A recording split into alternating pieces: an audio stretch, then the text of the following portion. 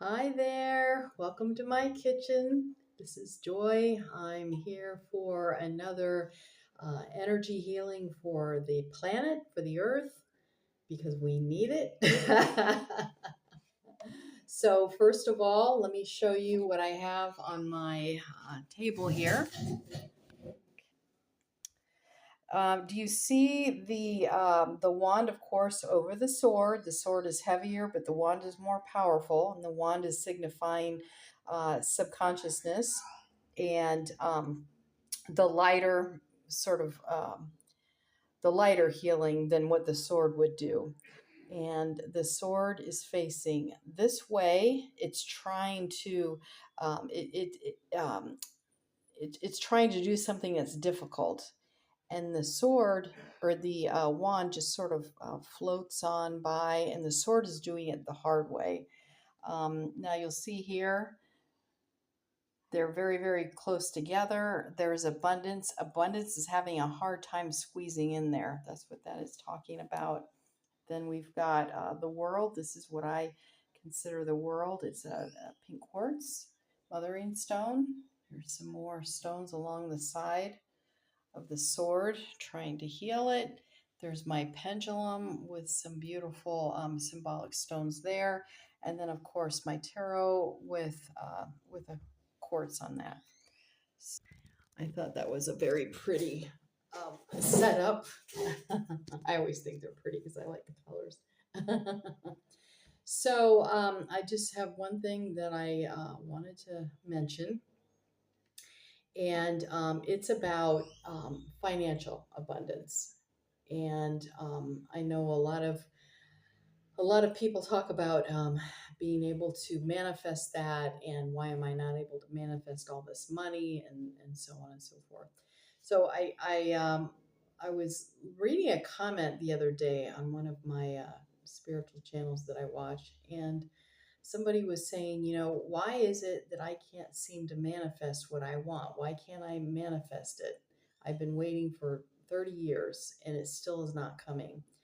And the person made an interesting observation that most people wouldn't come out and say. So they said, sometimes the answer is just no. It's not going to be good for you, and so the universe is not allowing it to happen. And I think about some of the things that I've asked for in my life, and one of them being, children. And I realize now, with what I went through, it would not have been a good idea to raise children. And it's not what this lifetime is about for me at this time, in this particular lifetime. So I realized that later. I'm, and it's not something that bothers me now that I realize that. So it's just something to think about. If it hasn't happened, it's possible, especially for instance, if you want to win the lottery, you want to win a large, large amount of money. Well, look at a lot of those people that won, and what's happened to them. And I've heard this before too. When you have a lot of money, what it brings out are the qualities that you already had. So if you tend to be have a bad temper, or if you tend to try a whole bunch of maybe a whole bunch of diets, suddenly you are going to have the money to do whatever you want in terms of that. And that can be a horrible thing for you. Can you imagine not having anything stopping you, anything financially stopping you from getting something, whether it be too much food, the diet, all the crazy diet things. That's all going to be able to be manifested at that time if you've got all that money. So it can actually be, winning a large amount of money could actually be the worst thing that could happen to you, because most people cannot handle that.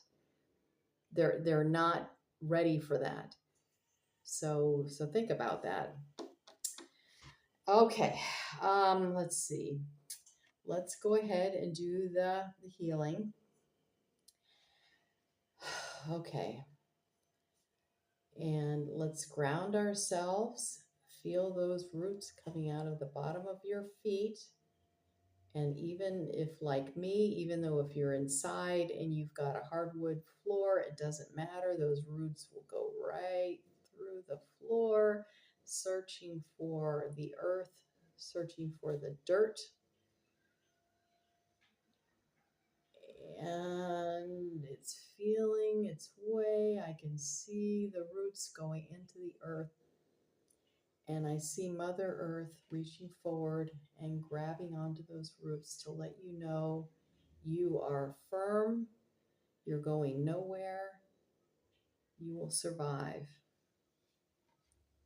Okay. And I'm flying so nicely. I'm looking down and I'm seeing the earth. I'm seeing it through the clouds. I can see it flying. I love you, Earth. I love you. I love all the people.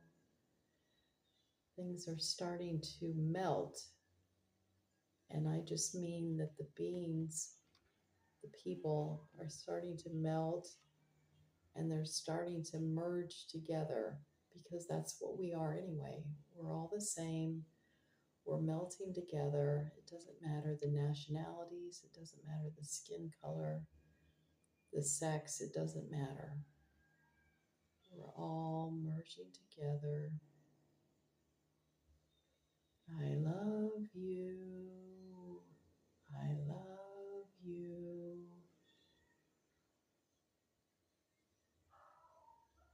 Feel the sun, the warming sun.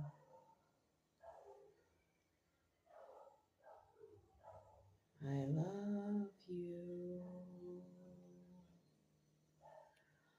Okay, and I did a whip around, and now I'm looking at myself. Okay, that was wonderful. That was really, really nice, and I think that's the point of this is to realize if you firmly believe in spirituality, you're really not going to hate anyone, and it really is maybe not liking what they did, but you don't hate anyone because they're you. They are actually you. And sometimes that's the hardest thing to overcome is realizing that and doing something about the things that they're doing that aren't helping people, but you're also realizing that and having compassion, even when they're not showing any compassion themselves. That's maybe the hardest thing to have to do. Finding a way. It's not easy, but it will ultimately be more satisfying than a war or a conflict. Finding the humanity in everyone. All right, let's go ahead and look at, I shuffled these cards earlier. Oh, trapped in fear. Look at that. Look at that poor person.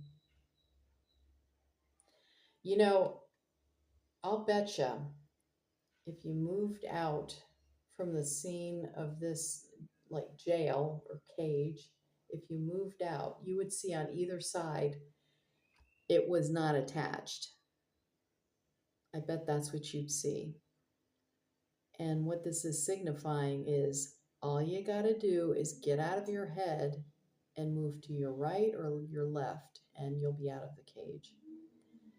And a lot of people would rather look at that cage, look at the design of the bars, feel how sad they are,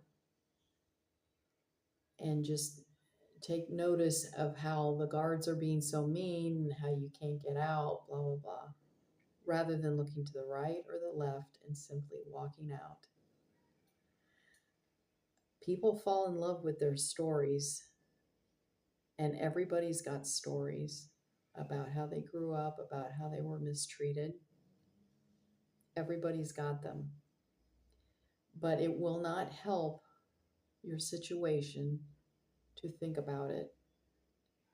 In fact, you're ripping off the scab again and again and again when you do that.